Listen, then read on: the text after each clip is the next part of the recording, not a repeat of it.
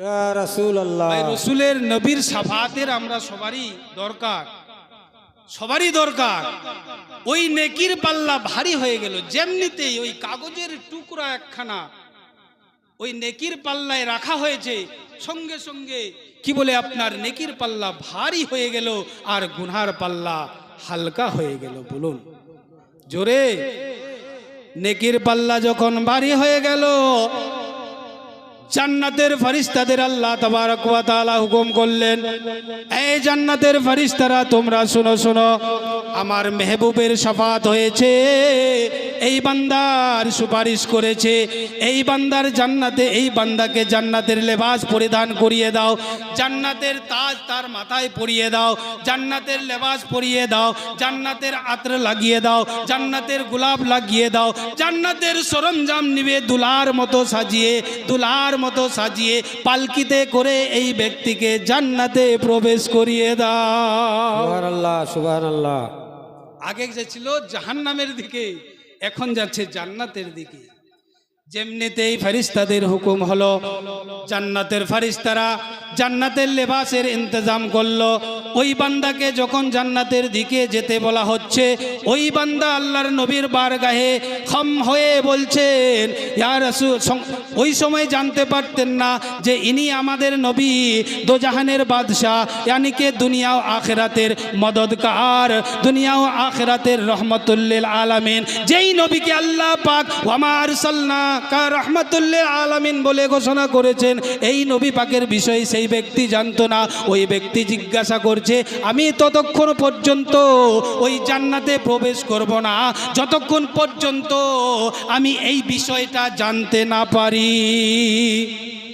যতক্ষণ পর্যন্ত আমি জানবো না যে আমার বিষয়টা কি হলো, আগে জাহান্নামে যেতাম এখন জান্নাতে যাচ্ছি, আর নেকির পাল্লা ভারী কেন হলো, ওই কাগজের টুকরাই এমনও কি ছিল, আর ইনি যে কাগজ দিলেন ইনি বা কে, যতক্ষণ জানবো না আমি জান্নাতেও যাব না।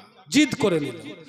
আল্লাহর নবী, আমার আপনার নবী দোজাহানের বাদশাহ বলছেন যে তুমি আমাকে চিনো না, কিন্তু আমি তোমাকে চিনে রেখেছি। যখন তুমি দুনিয়ার বুকে ছিলে তখনই তোমাকে আমি চিনে রেখেছি। তুমি আজকে আমাকে চেনো না, তুমি আমাকে জানো না, তোমার কাগজের টুকরাই কি ছিল সেটাও জানো না। তাহলে শুনে নাও, আমি তোমাকে বলতে চাই, দুনিয়ার বুকে তুমি গুনেগার ছিলে বটে, নামাজ কম পড়েছিলে বটে, দুনিয়ার বুকে রোজা কম রেখেছিলে বটে, দুনিয়ার বুকে দান খয়রাত কম করেছিলে বটে, আল্লাহর নবীর সুন্নতের উপরে আমল কম করেছিলে বটে, কি বলে ফারাইজের উপরে আমল কম করেছিলে বটে। দুনিয়াতে সব কিছু মিলিয়ে জুলিয়ে যতক্ষণ তোমার নেকি হয়েছিল, কিন্তু এমন একটা দিন ছিল, यानी कि দুনিয়াতে যখন তুমি বা হায়াতে ছিলে, দুনিয়ার বুকে যতদিন তুমি ছিলে, ওই দিনের মধ্যে এমন একটা দিন ছিল, সেই দিনে তুমি দিল লাগিয়ে মনটাকে আয়নার মতো পরিষ্কার করে ঝকঝক করে আল্লাহর নবীকে হাজির ও নাজির জেনে আর মেনে আমার উপরে তুমি জনাবে মুহাম্মদুর রাসূলুল্লাহ বলে একবার দুরূদ শরীফ পাঠ করেছিলে। ওই দুরূদ শরীফ আমি কাগজের টুকরায় লিখে রেখেছিলাম। দুরূদ শরীফ খানা কাগজের টুকরায় আমি লিখে রেখেছিলাম। সেই সময় তুমি পড়েছিলে, यानी कि আল্লাহর নবীকে হাজির ও নাজির মেনে, এবং কি তোমার মনটা আয়নার মতো পরিষ্কার ছিল। যখন তুমি দুরূদ পড়েছিলে, তুমি ভেবেছিলে আমি দুরূদ পড়ছি, আমার নবী জনাবে মুহাম্মদুর রাসূলুল্লাহ সাল্লাল্লাহু আলাইহি সাল্লাম সামাআত করছে, শুনতে সুবহানাল্লাহ। উনি মনে করেছিল যে আমার দুরূদ আমার নবী মদিনা মুনাওয়ারা থেকে শুনতে পাচ্ছেন। ওই দুরূদখানা আমি তোমার কাগজের মধ্যে লিখে রেখেছিলাম, আর আজকে যখন তোমার বিপদ এসেছে, ওই দুরূদের সাহায্যে, ওই দুরূদের শাফাআতের জারিয়ায়, ওই দুরূদের বরকতে তোমার নেকির পাল্লা ভারী হয়ে গেল, আর তোমাকে আল্লাহ পাক জান্নাত প্রদান করে দিলেন। আর আমি জনাবে মুহাম্মদুর রাসূলুল্লাহ সাল্লাল্লাহু আলাইহি সাল্লাম। দুরূদ পড়লে আমাদের কি হয়? দুরূদ পড়লে মনের মধ্যে যত গুবার আছে, মনের মধ্যে যত ময়লা আছে, সব কিছু পরিষ্কার হয়ে যায়, ঝকঝকে হয়ে যায়, আয়নার মতো হয়ে যায়। আল্লাহর নবীর বারগাহে এক সাহাবী জিজ্ঞেস করছেন, ইয়া রাসূলুল্লাহ ফিদা কে আব্বি আম্মি, মেরে মা বাপ আপ पर কুরবান হয়ে যায়। ইয়া রাসূলুল্লাহ আমি 24 ঘন্টার মধ্যে 1 ঘন্টা দুরূদ শরীফ পড়ি, যদি আমি ওর থেকে বেশি পড়ি তাহলে কি হবে? আল্লাহর নবী বলছেন, যদি 2 ঘন্টা পড়তে পারো তোমার জন্য ভালো হবে। যদি আমি 3 ঘন্টা পড়ি তাহলে কি হবে? আল্লাহর নবী বলছেন, যদি 3 ঘন্টা পড়তে পারো তোমার জন্য ভালো হবে। যদি 4 ঘন্টা পড়ি কি হবে? আল্লাহর নবী বলছেন, যদি 4 ঘন্টা পড়তে পারো কিয়ামতের দিনে তোমার ভালো হবে।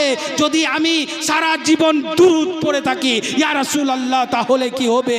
আল্লাহর নবী বলছেন, এই বান্দা, এই গোলাম, এই চাহিদা, তোমার কিয়ামতের দিনে বিনা হিসাবে জান্নাতে প্রবেশ করিয়ে দাও। সুবহানাল্লাহ। দুরূদের এত ফজিলত আছে। দুরূদকে আমরা হালকা মনে করি, দুরূদকে আমরা কি বলে সহজ মনে করি। দুরূদ আমাদের হলো কলিজার কি বলে ধড়কন। কলিজাকে পরিষ্কার করার জন্য, মনকে পরিষ্কার করার জন্য যদি কোনো ঔষধ আছে তাহলে এই মেডিসিনের ঔষধও পারবে না। শুধুমাত্র জনাবে মুহাম্মদ রাসূলুল্লাহর উপরে যেই ব্যক্তিরা দুরূদ সবসময় পাঠ করে ওই ব্যক্তিদের মর আয়নার মতো পরিষ্কার হয়ে যায়। আর আল্লাহ পাক বলেন, যখন তুমি আমার কাছে কিছু চাইবে আয়নার মতো পরিষ্কার হয়ে তুমি চাইবে, আমি সঙ্গে সঙ্গে তোমার আমল নামায় লিখে দেব। তাহলে দুরূদ পড়ে মনকে পরিষ্কার করো, তারপরে আল্লাহর কাছে প্রার্থনা করো, সেজদা করো। আল্লাহ বলেন, ফাজকুরুনি আযকুরুকুম, তুমি একবার আমাকে স্মরণ করবে আমি 70 বার তোমাকে স্মরণ করব। যাই হোক বন্ধু, স্টেজে আমাদের কি অতিথি বক্তা এসে পৌঁছে গেছেন। হযরতুল আল্লামা মাওলানা সাখাওয়াতুল হোসেন সাহেব ভরতপুর থেকে।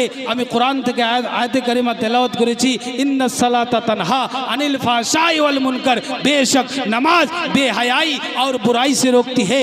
নামাজ এমন একটা জিনিস, যদি আমরা নামাজ পড়ে থাকি, নামাজের সঙ্গে মহব্বত হয়ে থাকে, ইনশাআল্লাহ দুনিয়াতেও আমরা কামিয়াব হতে পারবো, কিয়ামতের দিনেও আমরা কামিয়াব হতে পারবো। আর যদি আমরা কামিয়াব হতে না পারি, দুনিয়াতেও মুর্দা হয়ে থাকবো, কিয়ামতে জাহান্নামে নিক্ষেপ করা হবে।